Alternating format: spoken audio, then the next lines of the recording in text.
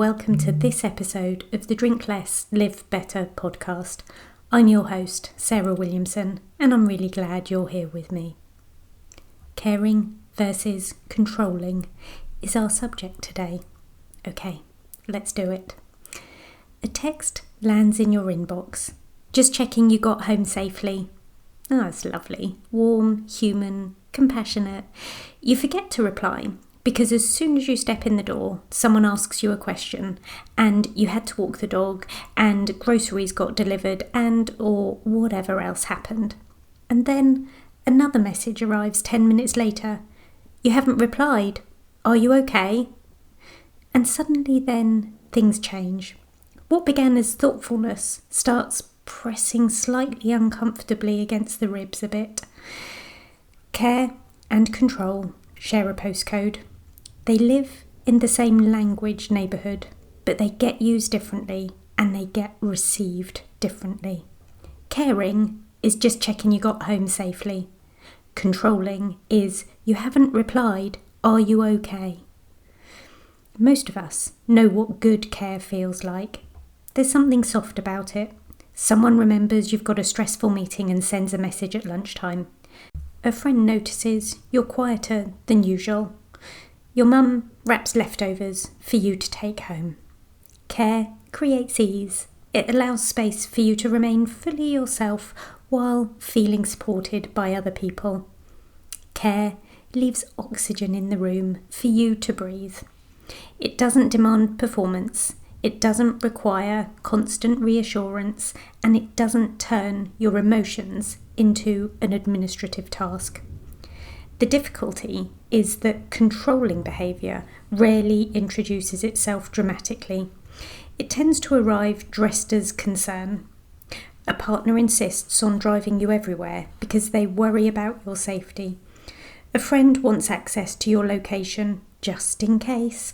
A colleague becomes unsettled when you spend time with other people at lunchtime and talks about it endlessly. The language might stay gentle, but your freedom is quietly shrinking. Control frequently works through an emotional indebtedness. You begin adjusting yourself to avoid somebody else's discomfort. Your choices become shaped around managing their reactions. A simple evening out develops into a negotiation. Your phone screen starts feeling like a tiny surveillance camera living in your bag. One of my good friends went through a period of telling me often that she worried about me. She would say at the end of every phone call, "I'm really worried about you." She meant it with love. She does care for me, but it got heavier and heavier over time. I spent more and more time reassuring her that I was okay. I mean, side note, I wasn't, and she knew it, but I just couldn't talk about it yet. Managing her anxiety about me became one more thing for me to carry. None of this means one person is caring and another person is controlling all the time. Human relationships are rarely that tidy. Control often grows from fear, sometimes uncertainty, and sometimes the sense that a connection is disappearing. Control usually creates distance in the long run, even when the original intention was closeness. Care and control sit close together because both involve investment in a relationship. Both focus on another person's well-being. The difference appears in how much autonomy survives inside the interaction. Care might say, "I'm alongside this with you." And control might say, "I feel calmer when I can manage you." That distinction can become blurry in long relationships, especially for women. Plenty of us were praised early in life for being accommodating, easygoing, thoughtful, a human diffuser for other people's moods. There's a strong cultural script around keeping harmony intact, even when the cost quietly lands with us. So uncomfortable patterns can take longer to recognise. You might notice yourself rehearsing explanations before seeing someone. You might feel relief when plans are cancelled because it means avoiding emotional fallout. You may start editing harmless details to prevent arguments. The body often notices controlling dynamics before the mind fully catches up. tight shoulders after certain notifications, a sinking sensation when somebody calls repeatedly, exhaustion from feeling perpetually monitored. Humans are surprisingly sophisticated emotional weather vanes. There's also a difference between support and permission.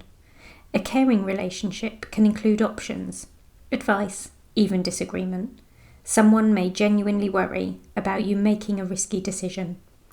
Loving people sometimes say difficult things, yet healthy concern still recognises your right to steer your own life.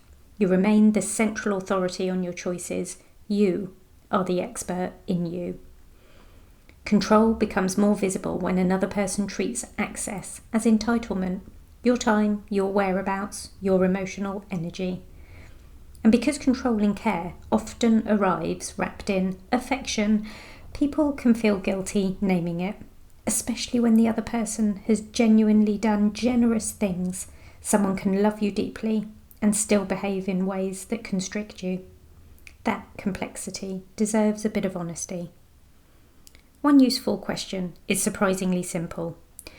Do I feel more like myself around this person or less? Care tends to expand people. Control tends to compress them. Healthy closeness allows for mystery, independence, separate friendships, private thoughts, and changing moods. There's something else worth saying too.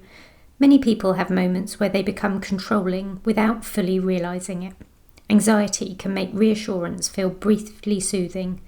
Vulnerability can create a strong urge to grip tighter. Relationships occasionally expose the less elegant corners of being human.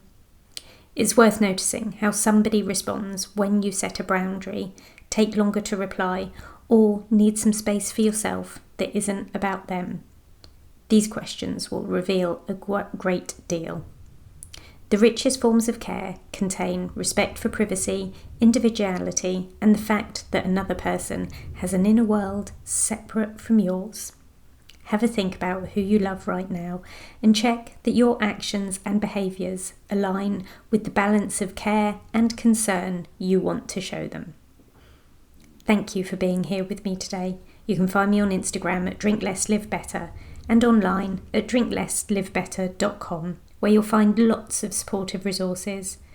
Check today's podcast show notes for a link to a hidden episode that will help with your 5 p.m. cravings and details about my one-to-one life coaching and sober coaching programs. And P.S. I believe in you.